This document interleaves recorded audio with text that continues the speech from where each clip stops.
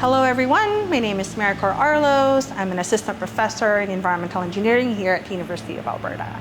So when we want to treat any type of water, we want to make sure that it passes the regulations or the standards that are being given by either the government or the provincial government or the federal government.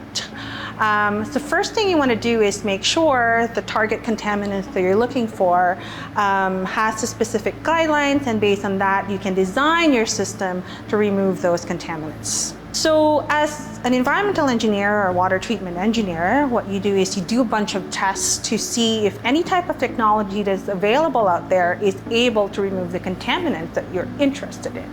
So for oil sands processed water, we're usually interested in what we call as the naphthenic acids. They're the most common type of contaminant, organic contaminant, that are found in tailings pond water. So you do a bunch of tests in the lab, and then you go to the field and potentially test it in a pilot system, and eventually you're going to try it out in an actual system where you want to make sure that what you learn from the bench scale and the pilot scale gets completed or done in a full scale.